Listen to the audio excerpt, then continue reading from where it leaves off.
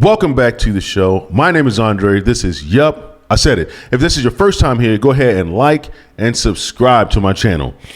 You don't want to miss anything. Neither do I. That's why I've been paying close attention to what's been happening. A lot of stuff been going on, guys. Trying to take Trump off the ballot again, which is not going to work. These people are so woke and they done gone so broke, Disney, but they just don't get enough. Now, Fani, their case is going down. Like, the judge actually has to make a decision today. I'm excited. I just hope our justice system doesn't fail us again. I hope the right things get done because the evidence is clear. Okay. Some people just have a hard time telling the truth, even when it's very clear and evident. Have I told lies about friends? I could have. I don't know. Do you tell lies about your friends about a case of national importance? Objection. That's to overruled. I could have. I don't know. What do you make of that, Lee? I could have. I don't know. He didn't recall a lot. He didn't recall a lot. I mean, there were some things, I'm sorry, that you should recall if you knew about them. Like, you could say, I have no idea, but to say I do not recall things like sexual activity in an office, for example, it seems a little bit far-fetched. I think there's a reason why people don't trust what's happening against when you think about all the Trump cases, and this is one of many of the reasons. If he admits that he knew that they were a couple before the Trump investigation started, then that suggests that Fani Willis and Nathan Wade lied under oath. Looks like Fani and Clyde lied. Okay, that's what it looks like. The court systems absolutely have to do the right thing, guys. They have to. This judge has got a big decision to make. Is he going to choose America or is he going to choose these liars? The evidence is right there in your face for the public. The text message said it all. He said absolutely they had a relationship before this trial even began. Okay? Terrence Bradley can't back out now. Okay? He's going to have some death threats, I'm pretty sure, which is sad. But when you mess with gangsters, you get gangster outcomes. Okay. So, hopefully everything turns out well with that. But, they're attacking Trump so badly. I mean, it's remarkable. These people who absolutely hate this man so badly that they would like get out and hire people to lie on him. One of the people that can't stop lying on Trump and is just a paid operative for the Democrat Party is no other than Reverend Al Sharpton. He's living in the past, guys. Al Sharpton still thinks slavery is happening right now. And the Grand Wizard of the Ku Klux Klan, that's Donald Trump. Acts being criminals, and therefore we would gravitate towards somebody in a mugshot.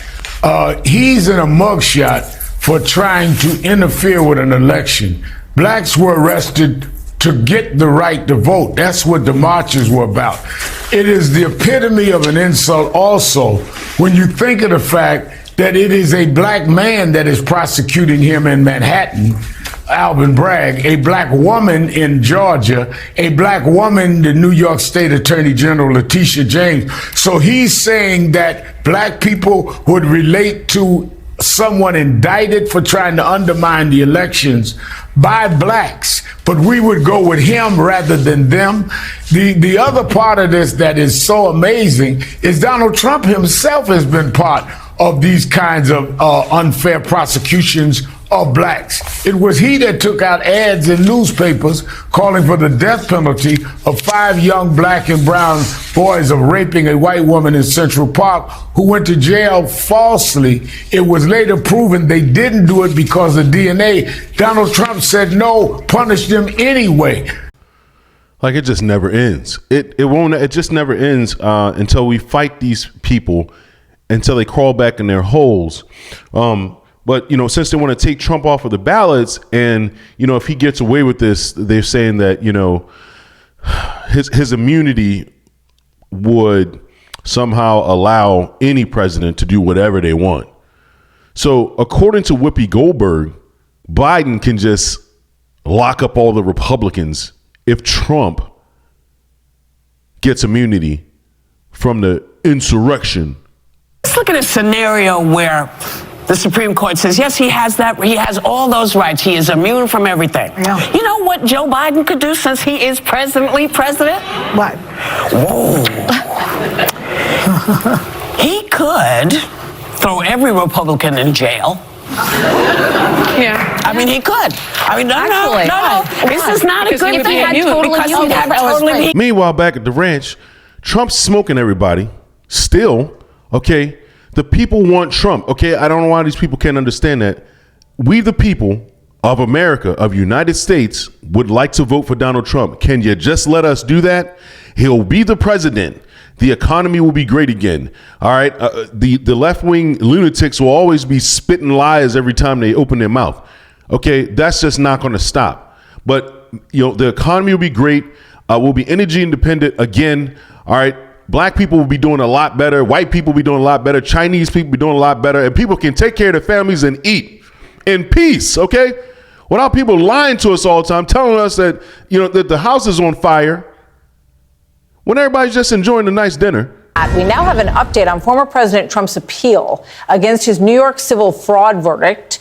A New York appellate judge has rejected the former president's request to put a pause on the $454 million civil fraud penalty.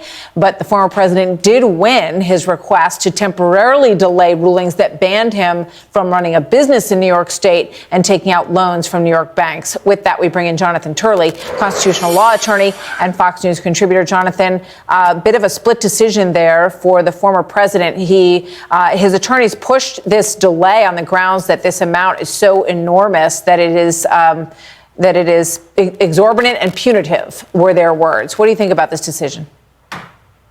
Well, it does give him a little breathing room. It still leaves him with a rather onerous burden. But the decision of the lower court, in my view, was unfair. You know, the judge imposed an unprecedented penalty under this law for this type of conduct. In fact, none of us have seen this law applied in this way.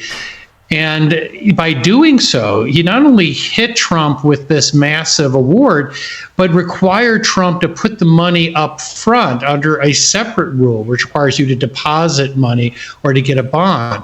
And then Trump was hit with a 30-day deadline to do so. And then on top of that, he was unable to do business with some of the New York banks.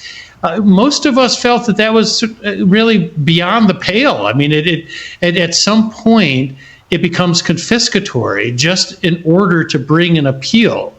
And, you know, the example is that if you're contesting an order taking your home, you shouldn't have to sell your home to appeal that order.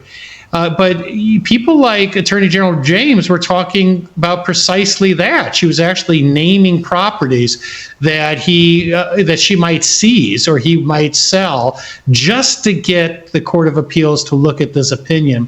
So it is a mixed victory for Trump, but it does give him some more options he didn't have before. She is very gleeful about the situation that he's in right now. She said, you know, I look up at 60 Wall Street every single day. Basically, if he just sells that, he could solve this problem. She's also putting on her X account every day the newly accrued amount, including the new interest that happens daily on this amount. Does he have any further recourse on this amount, in your opinion, which I think is due in a couple of weeks now? Yeah, it's very hard. In order to get a further review, he can ask for it. I do think that he has very good grounds here to say that this was an excessive award, but also the conditions for appeal are beginning to shock the conscience, or at least they should. So I think he can push further, but he's unlikely to succeed with the Court of Appeals. Yeah, it's extraordinary. The largest single judgment against any individual, I believe, in American history. Don't lose hope, guys. We're going to make it through this. I talked to a lot of people in the streets, and they are just not hopeful about anything. They're down and out. They're depressed. They've already lost the battle because they have no confidence in our election system. They have no confidence in the outcome of this new election coming up in 2024. They just don't have any positive things to say. My advice to you is to go out into the world, preach the gospel, first of all, the real true gospel. Use love to convey your message. Talk about the policies of Trump. Take the name out and just ask people questions about what they vote for. Just question them and make them think about it. We have to have hope. The strongest people of this world are the conservatives. I don't care what country you go to. People that have values, people that stand on truth are the strongest people in the world. Okay, so the weak people believe lies. They believe everything they hear, but everybody knows the truth when they hear it. Just go talk to people. Don't be afraid to talk to people. This is when we lose, when we don't talk to people. That's one of the reasons why I started a YouTube channel. I realized that when I'm talking to people on the streets, I'm talking to one person, two people, maybe a couple people hear me. But when I'm on YouTube, I can say my message. I can say the things that I would say to one individual in the street, but a lot of people actually get to hear it. Let them know who we really are. The conservatives are not the haters here. We're not crazy. We're not insane. We believe in great policy. We believe in life. We believe in God. We trust God. We want great things to happen for our country. And that's all this is. But the enemy, the devil, is real, and he wants to take everything away from us. Bottom line. I study my scriptures. I follow different YouTubers and different channels that align with the Bible because I know it's true.